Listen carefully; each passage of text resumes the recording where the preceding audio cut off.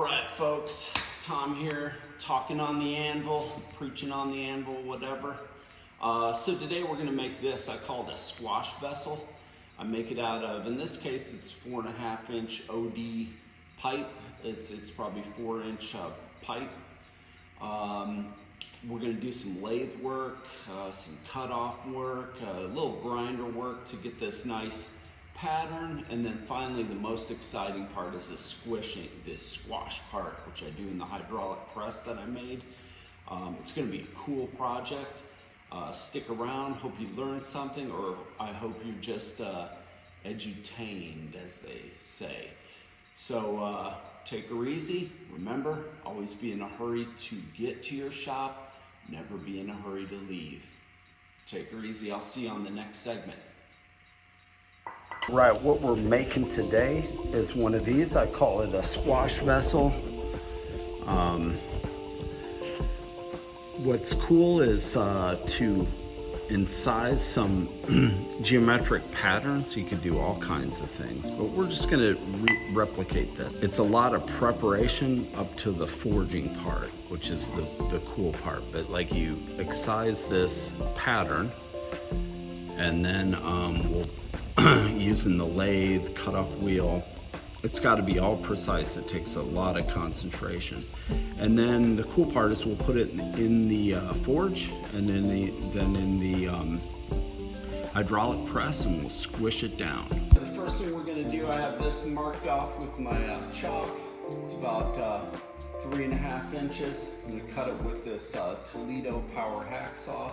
The power hacksaw has a water-cooled system that pumps, mechanically pumps cutting fluid up to the saw blade. However, that's disassembled. There's a little thing that's called a pump leather inside the machine, and that probably is stuck. So before I use this tool, it loves oil, so I'll give it a little squirt of oil in all its key spots. Through to I'm not going to use any cutting fluid. It cuts fairly slow, so it shouldn't be a problem. Let's fire it up and get it going.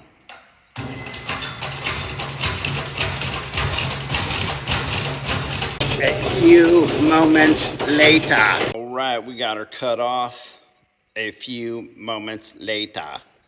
So the next step is to kind of clean it up a little bit.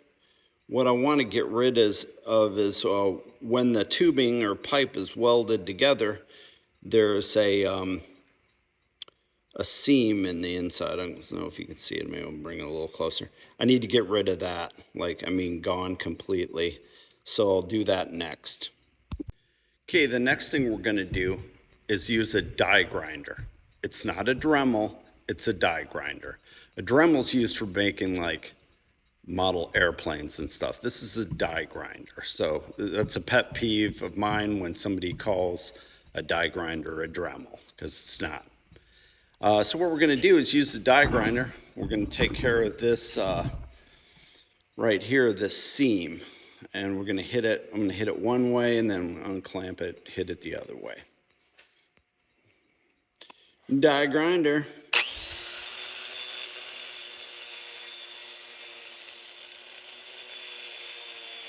Die grinder. All right, this is kind of another key point. This is where it was. I'm trying to visualize it. This is where the weld was. There's also a little flat spot where the weld was on the outside. So off camera, I took the belt grinder and ground that down. It doesn't have to be perfect.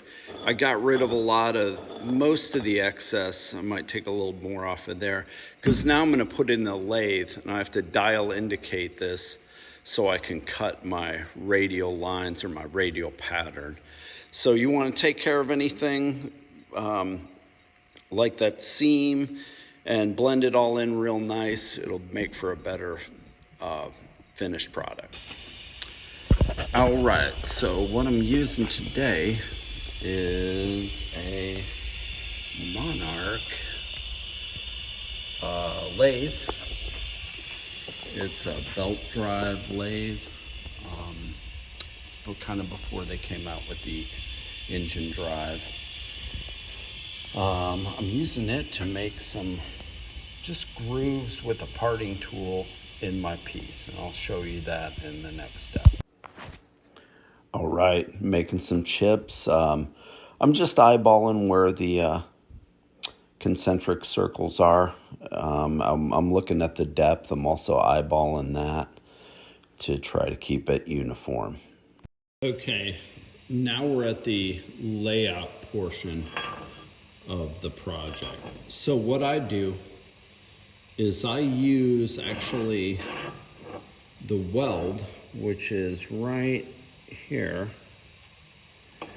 as a reference point. And then I make 4 quadrants. I divide the quadrants in half, and then I keep dividing it in half until I get the spacing all around. Now this is layout, so these are just reference lines. Any idiot can make a straight line using a straight edge. The real skill and the real concentration comes in cutting these lines. So I'm going to try to terminate the line a little bit before my last line, before my last concentric circle.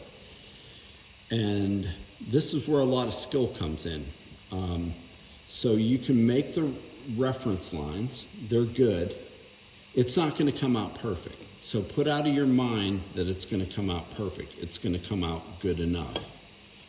If you want it perfect, it's going to take a lot of time. You're probably going to have to use different, not hand methods. So what I'm going to do next is I'm going to use the angle grinder, and I'm going to cut these lines opposite of the way that I have the concentric circles. So this is all setting it up for the forging process that occurs in a minute or two.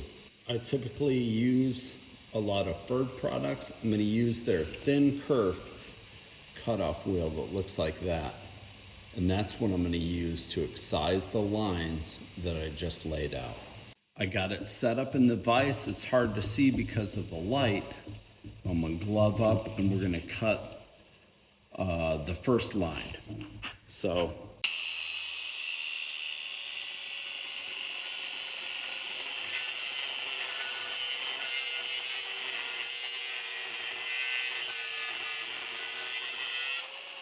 as you can see, I cut that line. I don't want to go all the way. If you wanted to, you could go all the way, but I'm just going to go, I'm going to try to keep that real consistent. I'm going to try to cut the depth the same as the concentric circles that I cut. Super important for the next step. And I'm just going to rotate it all around, and I'm going to cut these. It has to be straight. If you screw up this step, like if you get a double strike, it totally shows up and there's nothing you can do. So like it takes total concentration. I'll film it when I'm done. So as we can see here, I got all the lines excised. I don't know if anybody ever saw the movie Point Break, the original one with Patrick Swayze. This requires total commitment. You cannot go too deep. You can't get a double strike, otherwise it will totally screw up the effect that we're going to get here when we put it in the forge. I got it all excised. Notice how I use the lines, like it doesn't come out perfect. I had to adjust it as I went around. What I do is I'll do this one, and then I'll do, this one, and then the one in the middle. So I'm trying to line them up. I'm trying to, just by eye, you can see I got a little tight there, a little tighter there. I'm trying to get it as best I can based off my layout. I'm going to try to get that line good, but it doesn't always work out because, like I say, you have to be able to cut it. And so I did a pretty good job. I like to pull the detail up to the top, and I go a little deeper. That'll bring it in and it'll look more interesting later on. The great thing about blacksmithing is you can make your own tools. These 3-point tongs, I think I forged them out of a Subaru half axle or something, from what I recall, but they're great. They open really wide. I'm able to manipulate larger round diameters without any problem and they're essential for this project. All right, I'm gonna walk you through the steps of lighting the forge. So this is a propane forge. As you can see from the opening, it'll only accommodate about a 3.5 inch piece. So that's what limits me as far as height. But so in order to light the forge, what I do is I turn the fan on. I hear the fan is going. I take my little propane torch. I crack the tank on the propane. Then I fire up the torch and I bleed in a little gas. So bleeding in a little gas so it's lit. Notice that there's no big fireball, big explosion. Everything's all cool. And that's gonna take a little bit to get up to temperature so we can forge or hydraulically press the piece we just made. So right now I'm getting a nice even heat on the piece. Remember, danger hot. So I'm getting a nice even heat. That's essential to get a nice even press. It all comes down to this, and it's going to be exciting to see what happens. That's why I like this process so much, because you never really know what's going to happen. Okay, for the next procedure, we're going to use this home-built thing. This is a forging press of my own design. It uses the framework from an OBI press or a punch press. Where that axle is at the top there used to be a large flywheel. Then I machined an apparatus where I could put a hydraulic ram, and I get about that much of daylight.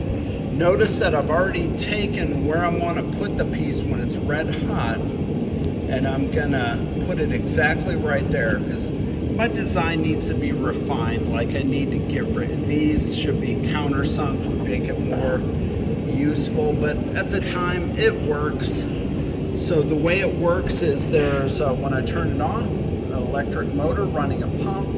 I have a hand or a foot pedal that will go up and down. And then also, if needed, I have a hand lever over here. Pressure gauge to make sure I'm not getting overpressured, but this will work great. The next step is the money step. I need to compress that into an interesting form, and you have one shot to do it. So see you on the next segment. All right, what I do in this step is I bring it over, get it all lined up. I just give it one little brief press to square it up, and then flip it over. So I'm just setting everything up, making sure everything's gonna be nice and even for the final. I'll get a little bit of the shape that I like, and then it's gonna go back in the forge for its final heat. All right, here we go. I bring it over for its final heat. What I'm doing is I'm constantly flipping this around. So I'll press it a little bit. I'll watch how it's squishing, and if it's a little uneven, flip it over to the so that the bottom's at the top. Give it one more little adjustment. Make sure the heat. I'm trying to maintain an even heat so I get a nice uniform shape. Looks pretty good. I'm going to stop there. All right, we got a nice even form. It looks pretty interesting. We're just going to stop there for now. I kind of like it. It's all by eye. Maybe one more press. While it's still heated up, I'm going to take and wire brush as much of the stuff off as I can.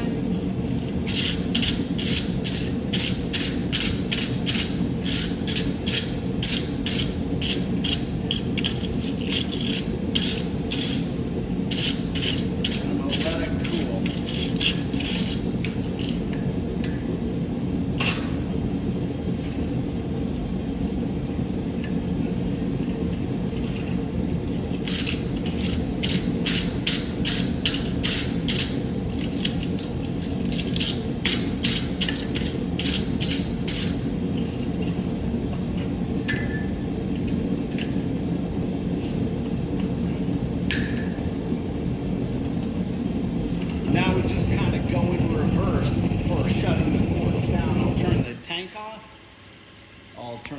valve off and I'll turn the fan off and just let it cool down naturally.